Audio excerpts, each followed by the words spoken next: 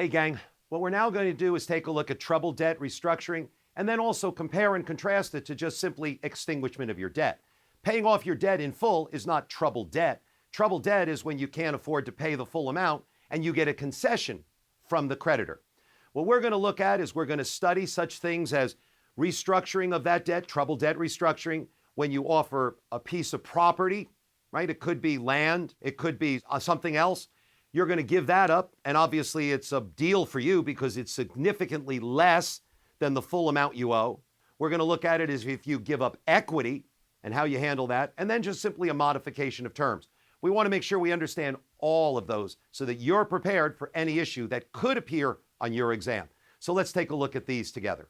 When we look at this, one, we have to assume if an entity is in financial trouble and a lender is willing to either accept a lesser amount of assets or some form of equity and satisfaction, or modify the terms of the debt instrument so that the odds of collection are increased, this is referred to as troubled debt restructuring. Extinguishment of debt, to be differentiated here, is whenever a debtor pays the creditor and is relieved of the obligation in full.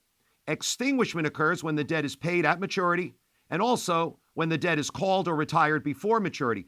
But the difference is you're paying the full amount. You're okay. Troubled debt is when you're paying less and the creditor accepted less. So when we look at this slide for a troubled debt restructuring where there is a transfer of assets, we're going to sit there and we're going to look at the invoice stamped past due. All right. The letter from the bank stated the loan was past due, indicating the company was in financial difficulty. The company has a $900,000 debt. $900,000 is the note payable, and it's due immediately.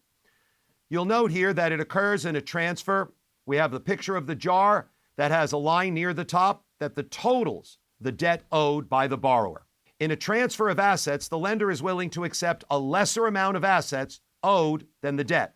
In this case, literally, they're going to accept a smaller amount. They're going to accept, say, $650,000 in cash. Or if it's a piece of property, whatever the fair value is of that property. Debtor accounts for the difference as a gain because they got out of something. The lender basically treats this as a loss. Think of it as bad debt expense. After the jar is partially filled, we're showing the journal entry that results in each party's books. So if ultimately the total amount paid was $650,000 versus the $900,000 that was owed, you'll see that we debit the note payable, getting rid of it all. We credit the cash we paid, $650,000. And obviously we got out of debt. That's a gain of $250,000 for the debtor. On the creditor side, they only received $650,000 in cash. They have the allowance for credit losses. That will be the other debit. Think of that as an expense.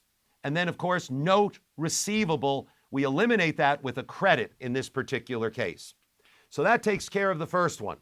All right, let's take a look at this one with a troubled debt, and it's modifying the term. Now, a debtor, no journal entry.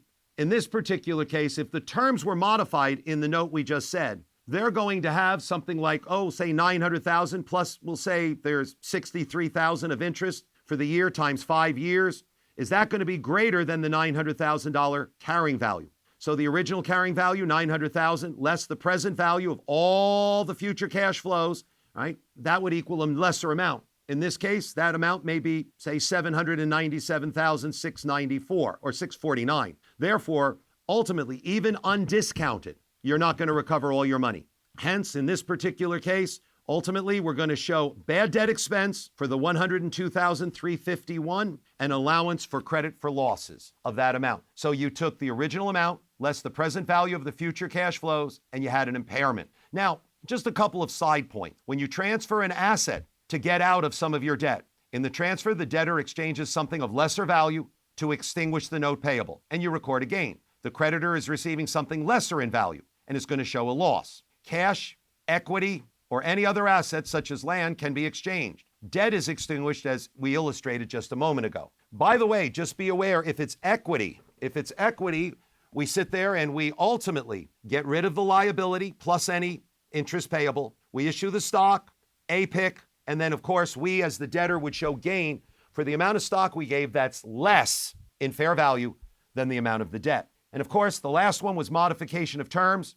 In a modification of terms, debt is not extinguished. Rather, changes are made to allow the borrower to meet the obligation by giving them a break. So we show a change in the loan, shifting the due date from year 1 to year 5. We may even change the interest rate. No change is made on the debtor's carrying value of the note unless the carrying value exceeds the future cash payments under the modified terms. It does not in this example, so the carrying value remains at $900,000. On the creditor's books, a present value calculation must be performed to determine the impairment.